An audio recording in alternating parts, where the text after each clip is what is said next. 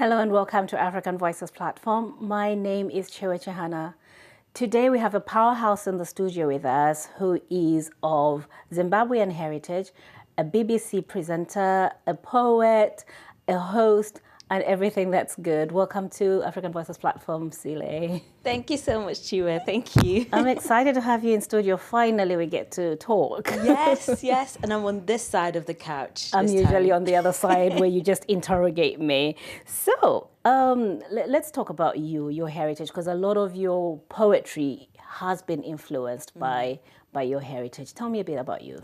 So my heritage is Zimbabwean. I was born in Zimbabwe and both my parents are Zimbabwean. But recently I discovered that my mom has some South African heritage as well. So going back to her, looking at her great-parents, great-great-grandparents, they were all in South Africa and then migrated over to Zim, and that's where they stayed and built their families.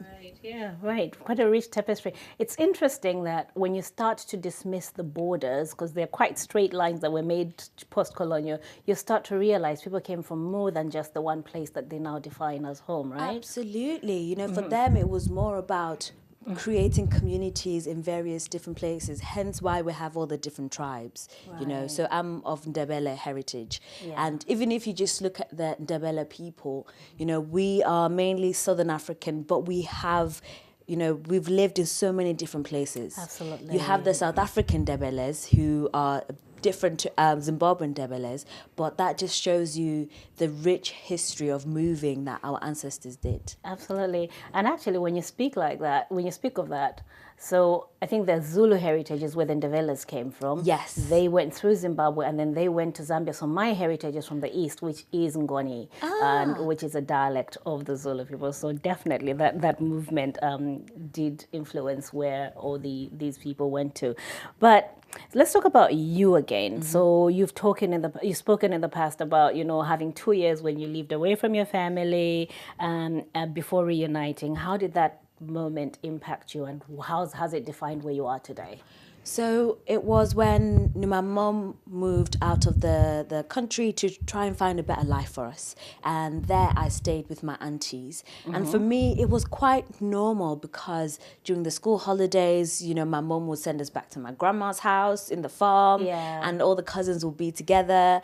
Or sometimes I did go to primary school with my auntie for a while in a different part of Zimbabwe. So I was used to having more than just my mom look after me. Literally, do you know when they say it takes a village to raise a child? It's literal. It was literal, absolute literal. So my sibling wasn't the only sister that I had. I had so many cousins and we all were like one big family. But at the same time, I missed my mom. I would talk on the phone with her and just ask her how she's doing, how the UK is. And also during that time, she then got pregnant with one of my sisters. And so it was this mystery baby that we're going to get to see. The younger sibling that was coming. That's true. And when me and my sister would tally whether it was a boy or a girl, and we had names if it was either or, and then it turned out to be a girl. And unfortunately, none of the names that we chose. Parents never do take them, do they? They never do. I need to ask her actually, why didn't you pick the names that we had? Yeah. But, when my sister was growing up, it's still in Africa. And so I would be on the phone to her, getting her to count. And The little one that was born here. Wow. So it was really nice. And then when I was told that, okay, my mom is now going to bring us over to the UK, I was jumping for joy. I was so happy because, all this time I had not been with my mom. I remember, I remember growing up with her. I remember the things that she liked. But that time away, you lose a little bit of, what is she like? I forgot a little bit. Today? Who is she today? Yeah. Yeah. And when we got reunited, I couldn't stop crying. I really Couldn't stop crying. And they literally had to be like, it's okay, you're fine. But it was nice to reunite with her. It was nice, yeah. And your poetry started to emerge from that period as well, right? Like, how did that happen? So I used to always write because my mom was an avid reader. My mom had like books and books. And so she always taught us how to read, and she always emphasized the importance of reading and writing. So I would read and write stories and little bits of poems. But at the time, I thought poetry wasn't something that I could do. Poetry was something that I learnt in school, and it was to analyse, and didn't really write poetry as much. It wasn't until I was at university and I went to an open mic with one of my friends. And so I sat down, and then they announced this poet on the stage, and they were so animated and they were like honest and raw, and I thought, I want to do that. Oh, wow. I want to do that. And so my friend was like, well, there is a poetry society and I went to Derby University. So she said, there's a poetry society at Derby, you should, go. And so I went, joined the society. We used to write poems together and then perform them at open mics. Yeah. And then we joined, which is now a much bigger thing, which I love. We joined the Poetry Slam. So right there at uni. Yes, Right. yes. Yeah. So we represented Derby University in London with all the other poetry societies, and we did a competition.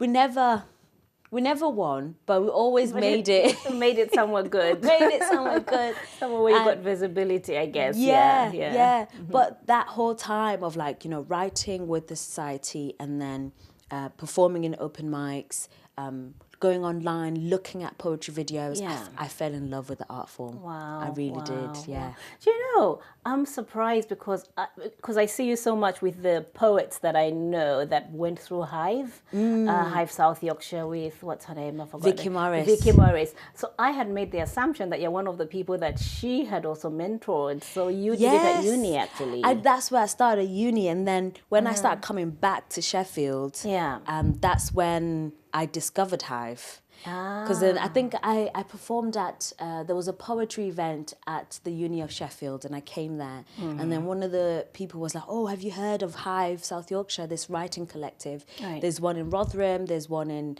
Doncaster, Barnsley and Sheffield. And I thought, oh no, let me find them out. And so I contacted Vicky, and she said, yeah, come along. Yeah. And through Vicky, I learned to just up my writing a little bit. So I would do it in Derby, and then when I was in Sheffield, I'd come and do some writing sessions with Vicky as well. Great. And that poetry collective has produced 3 poet laureates that I'm familiar with. Maybe there are even more, but there's been Warder, there's been Otis and Darling Danae as well. Yeah. I think you were just on the cusp of becoming one as well. On the cusp. And also because, when I came to England, I came to Rotherham. So technically, I'm more of a Rotherham person. So if they ever had a Rotherham poet laureate, I'd be like, hello. Here, look at me. I'm here, right here. Bespoke. My favorite poem that I never really get to forget. Whenever I see you, I feel like saying, my melanin. So I wondered if you could just give a little bit of that to our audiences so they could hear some of your work. Yes, thank you. So this is my signature poem. It's called Melanin.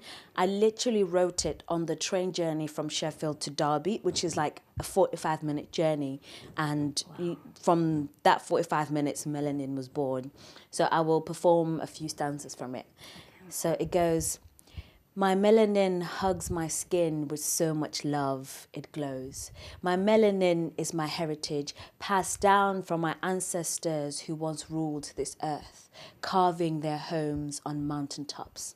My melanin is my gift, a symbol of beauty that no one can take away. It reminds me I am molded from the very ground I walk on. I am precious like gold mined by my greatest grandparents who are right here, standing with me to witness their love, their wealth, their commitment to making a world a better place. My melanin is music that invites joy into my joints and rhythm into yours, so I can move with grace, with pride, and with love for all beings. Thank you. I love that poem. I mean, I didn't really, that's 45 minutes on the train ride and you got it. What was going through you? Like, what was it? Do you know? I don't know what it was. I can't remember what had happened just before that journey. But I normally, when I go on the train, I have a little notebook and I tend to listen to music. Violin and a piano are my those two instruments together, for some reason, they just get me to start writing. So I had my violin and my piano instrumentals, and all I did was just write my melanin, and then the words just started, flowing. And then by the end of it, I thought, oh, this is a nice poem. And I then performed it a couple of weeks later at an open mic, and like the applause and everybody was like, this is beautiful, this is a really, really good poem. And it became my signature poem. It is. I think we all associate you with that one. It's very powerful. It resonates as well, especially if you're a black or brown person. It's quite significant. Let's talk about your confidence. When you were younger, you went to the House of Lords for something. What was that about? So I became the ambassador for Children's University.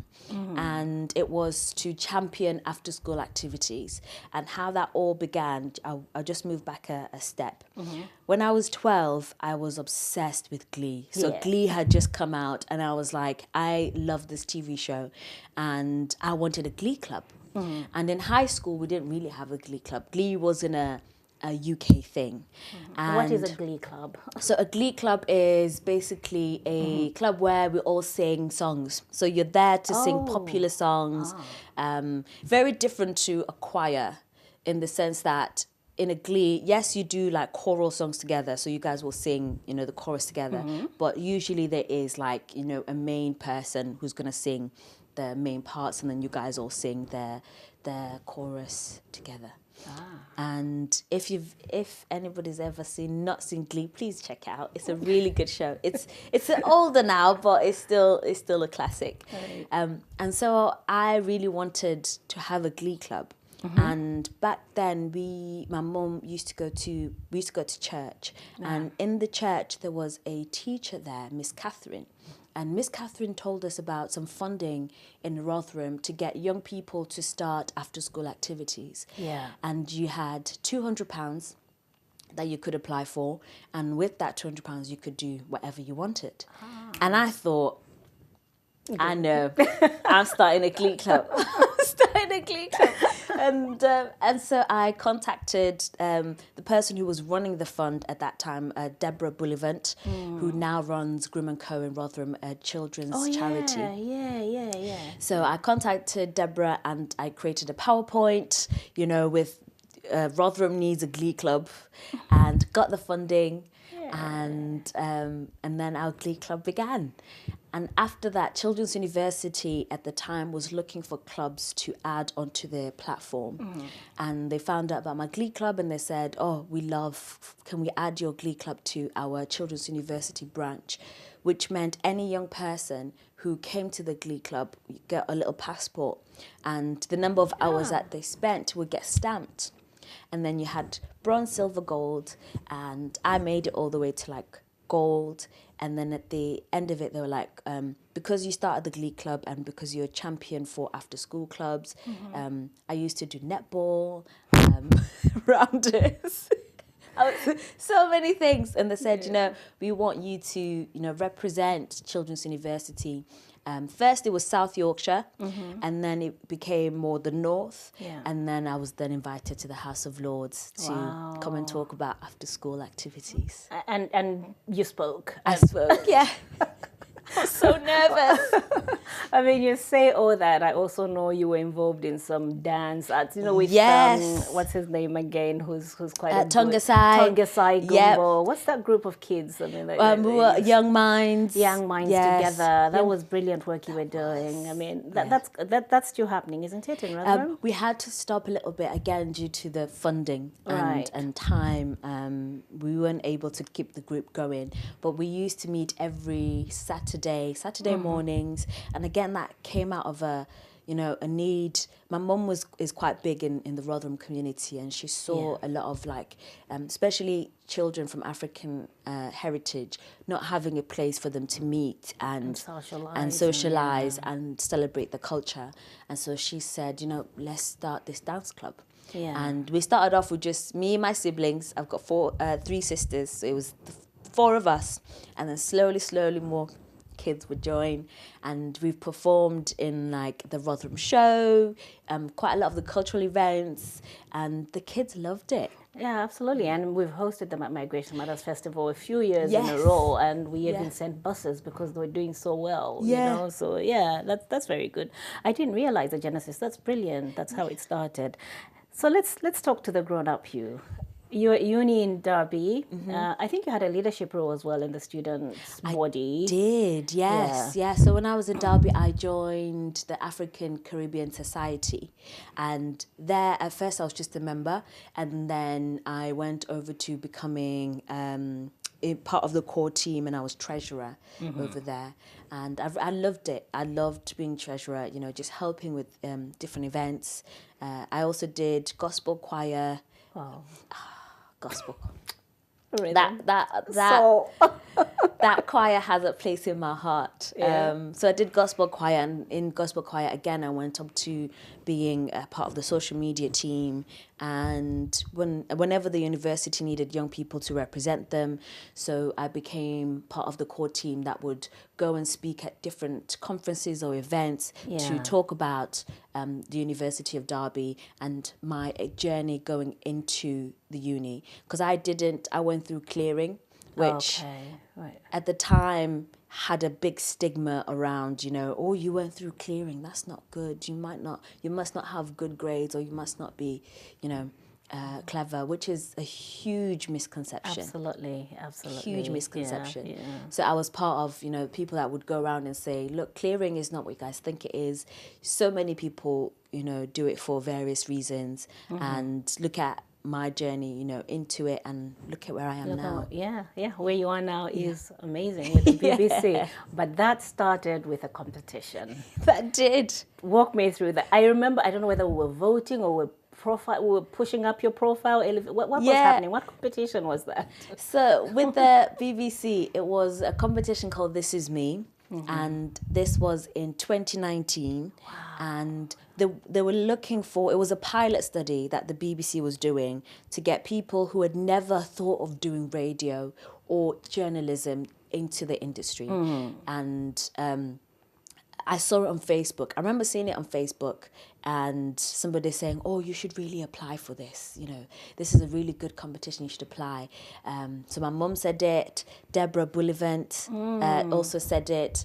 A few people were like, oh, Sile, you should apply. But I wasn't sure. I really wasn't sure whether I should. Yeah. And then I remembered 5 months before I saw this competition, I was walking past the BBC studio in Sheffield. So the radio has, there's a station very close to the train station. And I was walking with my friend, and I had said to him, one day my face is going to be in that building. Oh, wow. And this is before I knew. You spoke it into existence. I spoke it into existence. Yeah, before I knew this competition was happening. And so my friend then said, you know what? You said to me your face was going to be in that building, so this is your chance. Apply. Oh, yeah. And so I applied. First, you just had to fill in a form, and then I had to audition. And the audition was in Rotherham at the New York Stadium. And I remember like walking in. There was a line outside of the stadium. Like just a queue for to enter. So I made it in, and then you had to go upstairs into a room. And if anyone has ever seen X Factor before, just before you see the judges, there's like rows of chairs. Yeah. It was like that, and there was people sat there, and you know, people from all walks of life. From you had to be 18 plus, so 18 plus all the way to like people in their like 70s, 80s, all waiting to audition. And in the audition room, it was literally like X Factor. 4 judges, cameras, and like a little round carpet. And I had to tell a story about why I love my community, or something that I did, or why I want this opportunity, why I want to be on radio. And I told the story of how when I was 16, I fell in love with pubs, in the sense that it was a third space that people could go to after work, and they could socialize, you know, with their friends. It was a place for celebration. It was a place where if you're not feeling good or something's happening, you went to the pub. And I was fascinated with that culture, and I wanted that space for young people. We weren't going to serve any like alcoholic drinks, but I just wanted But the a third. culture of how you socialize in a pub. Yes. All right, yeah. And so I went on viewings. 16 years old, I'd contact estate agents and be like, can I go to view this pub, please?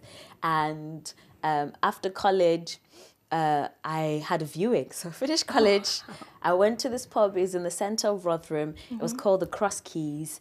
And when I viewed it, I fell in love with it. I fell in love with this pub. But I had no money. How am I going to buy this pub with no money? And so that dream just went into the back of my mind. And then 2 years later, my mum called me. This is at the time when she was running the young people's dance group. Yeah. So she said, Sile, we have a building. And I was like, oh, okay, what's the building? She says, oh, the building is the Cross Keys pub. So somebody had bought the pub and then was like, who wants to use it? And somebody recommended my mum. Wow. And we then had the Cross Keys pub as a third space. Yes. Wow. Yeah. So we had that building for about 7 months, but due to it just needed a lot of work, and the funding that we were having was just not enough to keep it going. So we had to give it back. But just the fact that I wanted that pub, and then I had a chance to be in that space. And that's the story That's the story I told. And then that's the story that got you through to the next round? Yes, that's the story. I got 4 yeses, and I walked out of there like, wow, okay, I'm through. The next round was 15. So 15 people, and we all had to do like in-depth interviews. So the first part of the interview was doing a demo. So we had to pick a song and talk about, do like a mock interview. So ask somebody some questions and then record a link. So record me saying, you know, you're listening to BBC Radio Sheffield. This is Sile Sibanda, and a couple of other things. And then the other one was a proper sit-down interview with the station managers and the second manager at the time. How many people interviewing you? So two people. Okay, so two, the station manager and somebody else, who was Katrina Bunker at the time, and Mike, I forget his last name. So they interviewed me, and it was like an hour. And it looked at, you know, why do I want to do radio? What is my, you know, what's my past? And, you know, I spoke about how just before this competition, BBC Radio Derby used to do an evening show. And I was one of the people that would go to Radio Derby in the evenings and just talk about my university life. Yeah. So I was used to a bit of radio, but I really wanted to develop my skills further. I did at the uni, there was a Facebook Live show that we used to do every open day. So I'm used to, you know, asking questions and interviewing, but I want to do that a bit further. Yeah. So I made it through that round. Correct, And then it went to the final 3. So there's 3 of us now. And with that, that's when the public got involved.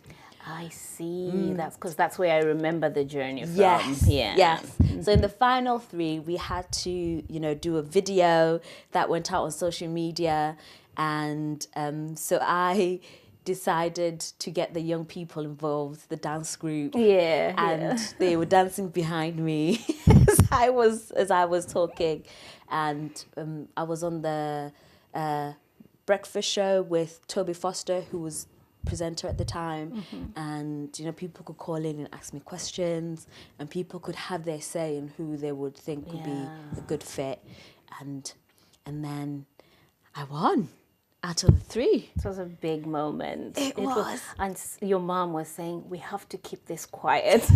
I was like, how do we do that? That's so true. That was quite a moment. I think it was about a week or so of knowing, and then just keeping quiet, because it was like, they had to get all sorts of things around that. So I remember there's a video as well somewhere of like me being in front of the 3, and I'm not gonna lie, I thought I wasn't gonna win, because The other two were so amazing. I remember the guy. Yeah, Matt he was your friend Weigold. later on as Yeah, well. Yes, yeah. that's him. Yeah, He became really good friends, and he even now works for the BBC. You know, yeah. and but they were both absolutely amazing. Abby I forget her last name, and I thought, I'm not winning this.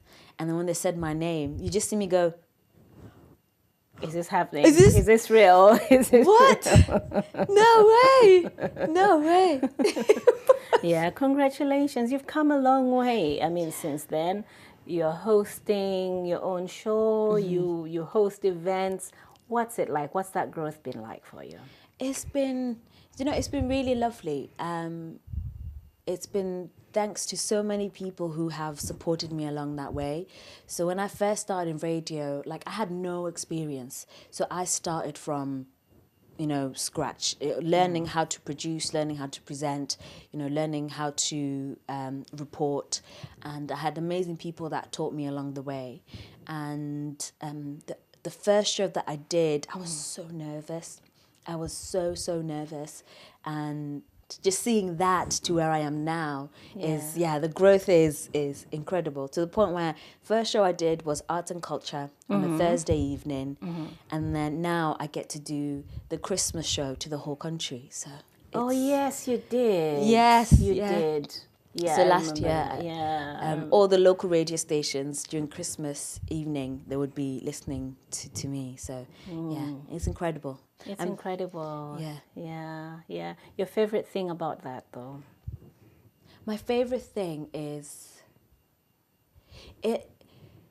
two. One, like hosting, and whether it's a live event or radio, I'm in the present moment. For any worries that I have go out the window. For me, it's just a space where I am really in that moment with the person I'm talking to, or the people that I'm interacting with. I love that because then I'm really focused on them. And number two is the people I get to meet. Yeah, I've met so many wonderful people that are doing amazing things in life, and the fact that I get to talk to them about it and celebrate that with them is amazing. It's amazing. One of the people you interviewed that we like to celebrate, I think, in the British African community is Magid. How was that interview? Magid is, you see him online. He's former mayor of Sheffield. He's kind, he's funny, he's thoughtful, and I had a chance to interview him when he released his book. Yeah. And he was so lovely. He was just beforehand, when we were in the dressing room, he was like, "Hey, Sile, are you good? Is there any questions?" And he made me feel, as an interviewer, when you're interviewing somebody political or a mayor, I'm always nervous, thinking anticipating something. Yeah. And he was so lovely. He made the audience laugh, which puts me at ease as an interviewer, because I only have to ask him a small question and he's able just to, keep talking and keep everybody engaged. And run with it. Yeah. Run with it as well. Apart from him, who has been somebody else you're like, wow, I literally have you in my studio sitting next to me and talking to you? Oh, that's a very good question. Who else? Have you been starstruck, in other words? I have a few times. So there was the Sugar Babes. So I had one member of the Sugar Babes. Wow. I got to speak to them, and growing up listening to the Sugar Babes was always like something they were always playing in my house. Sugar Babes. Is that where you have Mutia and Kisha and them? Not Yes. the Cheryl Coles. That's No, a different one. Okay, right. See? One day. But yeah, I forget which one, but I remember being told, you interview one of the Sugar Babes. I was like, what? No way. And I had absolute fun. And just compose yourself. Yeah. Compose yourself. Compose yourself. You do. You really do. It's okay. Don't be a fangirl just yet. Wait till the end. Wait till it's finished. I know what you mean. Yeah. Well, we've done a few things with Migration Matters Festival, but specifically, I wanted to talk to you about the film. You did a little film. Walk us through that. You have done your research. Of course I have. So you put poetry into film. I did. So I did a film called Tales of Two Homes, and it was a film about belonging and being somebody of I now call it dual heritage because I came to the UK when I was 12. And at the time when I was doing the film, I was 24, 25. So I've literally lived half my life in Southern Africa, South Africa and Zimbabwe, and then half my life in the UK.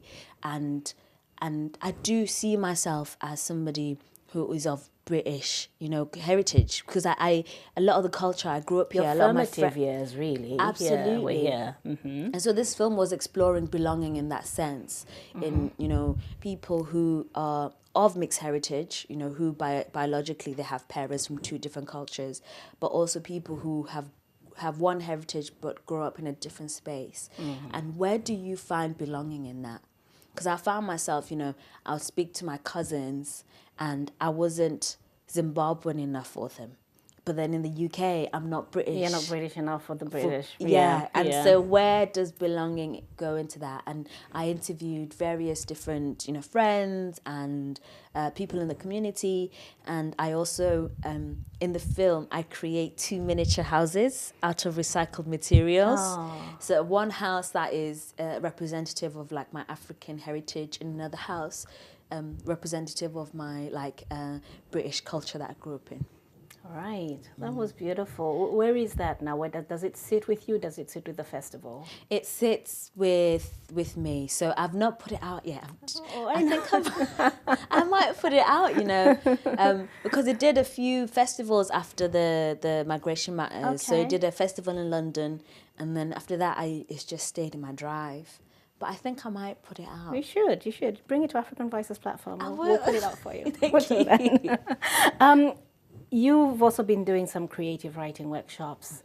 Where does that stem from your poetry, or is that something that's totally separate? You've just done more writing beyond poetry. It stems from my poetry. So making a career out of poetry a bit more. So I write my own work and commissions and perform that. But also I started being asked to share my writing style. And that's how the workshops began. And then I would do community groups. I worked with Hive as well, Vicky and Hive, who showed me how to be a really good poetry writing facilitator. And I then expanded it to more than just poetry, because I realized that some people find writing poems hard. They find that the whole structure of it quite hard. But when I give them writing exercises, they find it a bit easier, and so then I said, okay, let me expand that. Let me just use the writing exercises as a tool to get people being creative. And so I do facilitation for community groups, but also primary schools. Yeah. Oh, that's really nice. You like working with younger people. I love it. It's beautiful. I love it. I did a project with Grimm & Co. And it was to go into primary schools and to get kids to write their own poems, which they will then perform at the end of our time together. And just seeing the kids, when I first walk in, they're like, who is this strange person in our class? And then getting them to write. Some of them loved it. Some of them were like, I'm not doing that. But it's the ones that go, I'm not doing that. When I change their minds, that's gold. That's it. Yeah. Gold. That's gold. And then seeing them stand up on stage and perform their work is incredible. And seeing their confidence grow. Yeah. Yeah. Oh. There's something as well that you did with the Children's Hospital, right? Yes. Yeah. What was that? So that was with Sheffield Theatres and Sheffield Children's Hospital. It was inspired by a show that Sheffield Theatres was putting on called Pig Heart Boy, a book by Mallory Blackman. Oh, yeah. And I would go into the hospital on a weekly basis and do some writing exercises with some of the kids there who were patients, and it was really no pressure. I would just come in with the book, and the kids could choose to either read the book or write something with me, and then at the end of that we would then share the writing that they did. And I did a mini open mic downstairs in the main lobby area, and some of the children who were still patients by the end would come downstairs and perform their poems, or I would read their poems for them. And that project really taught me humility, in the sense that for a lot of the young people that were there, they were not there for good reasons. You know, they were patients, and so there was a lot of things happening. But the fact that I could, you know, help them process that in some way. Yeah. Because in Pig Heart Boy, just a quick context on the story. Yeah. There's a boy who's got a heart condition, and he really wants to swim. He really wants to like hold his he wants to go underwater and hold his breath for a while, but he can't because of his heart. And then there's a scientist that comes to his parents and says, well, we could give you a pig transplant. And a pig heart as a transplant. And this, you know, the story explores that and the ethics of it, but also the young person wanting to, you know, he just wants to swim, he wants to run with his friends, and that whole complexity. And so for some young people who are having, you know, life-threatening conditions, for them to read this book and to understand what this young man emotionally is going through, and for them to be able to put that to a poem or a short story, and then at the end just say, I understand what this person's going through. That was quite nice. And they see somebody else and how they navigate it. It's really powerful. Very powerful. And shall we go back to the poet laureates who you spend lots of time with? Yes. For you, Danae and Warder. Yeah. You did something, so a poem together, or a body of work, was it? How was that experience, and what did you get? What did you bring out from that? So, yes, at the time, Warder Yassin and Danae Wellington, who are the previous poet laureates in Sheffield, we'd always work together in Hive. So we'd be doing, you know, we'd do writing sessions together, but also perform together as well. And Off the Shelf, which is a book festival in Sheffield, they came to us and said, you know, we have this idea for an anthology with all three of you, and you guys get to do about between 5 to 8 poems in this anthology, and it could be about anything. You know, and so we all sat down and thought about what kind of poems we want to do, and then we all went away and wrote some stuff, and then would come back together and look at the poems, and then we chose. I think I have about 5 poems in there, and then the other 2 have about 8 in there. Right.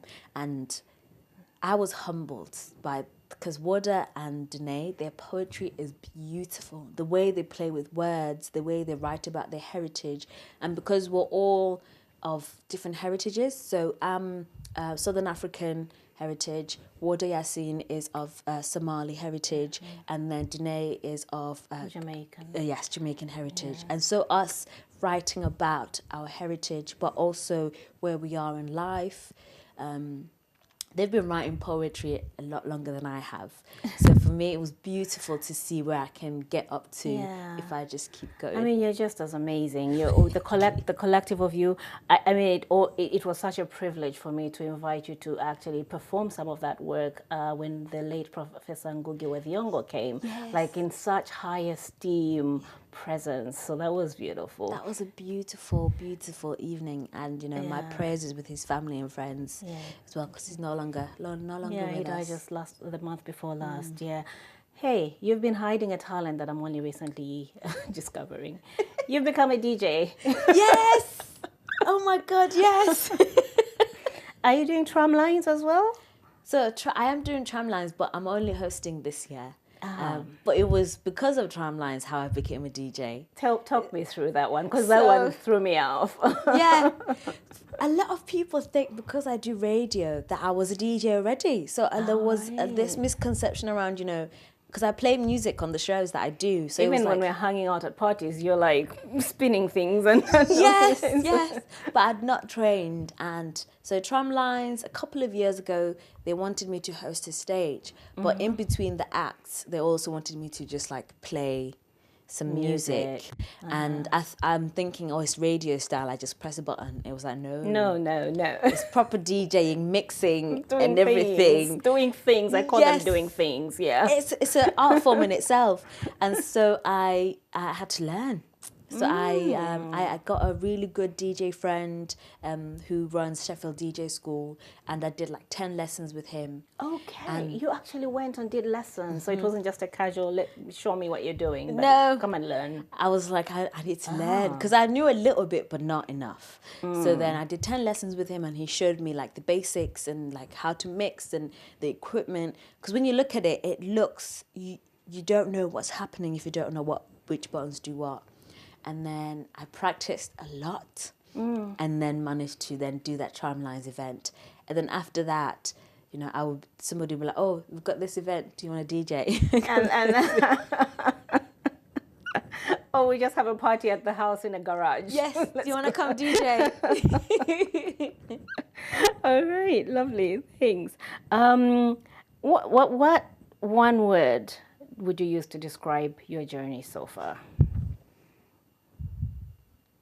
Ooh, a word. Unpredictable. It's really unpredictable, because a lot of the things that I've done, I've never planned for them. Wow. I've really never planned for them. So going all the way to, like, some things I planned consciously, like, you know, I really wanted a glee club, so I got the glee club. But then all the things that came after that, I didn't plan. Going to Derby University, which again is a huge part of my journey, I wasn't meant to go to Derby. I was meant to go to Teesside to do radiography, but I ended up in Derby doing forensic science. So unpredictable. And then I thought, I'm just going to be a forensic scientist who does poetry on the side. And then life said, nope, we're going to get you to do radio. So, and I'm now doing radio and more hosting gigs. So yeah, unpredictable. Unpredictable, Sile. Okay, one last question. Your go-to comfort song. You've done that to me on your show, so you tell me. You do that for me. My go-to comfort song at the minute is Gott's Street Park. They are a Sheffield collective, and it's a song called Everything. Right. It's such a soothing song. The vocalist in that song, just calms me down when I've had a really hectic day, a 10-hour day, and I just need to just de-stress or decompress. I put that song on and I just go. Yeah, it's good you've moved from, you went out to live somewhere far away. For a young person, I was like, what are you doing living? I'm glad you've come close, and I'm seeing you with lots of friends now, which is really nice. What would you want people to say your voice stood for as a legacy? Last question. Ooh. I would say authenticity. I want people to be like, she was authentic in the jobs that she did, in, you know, the way that she is, because I realize I'm still growing, I'm still learning, but I want to do it in a very authentic way. Brilliant, love that. It's been so good talking to you like this, just sitting down and relaxing, not over drinks, just talking to you and getting to know the unpredictable, authentic Sile. Thank you so much. Thank you so much, Chiwe. Thank you. And that was Sile Sibanda, BBC presenter, poet extraordinaire, and a friend. Thanks for joining us on African Voices platform. Good night.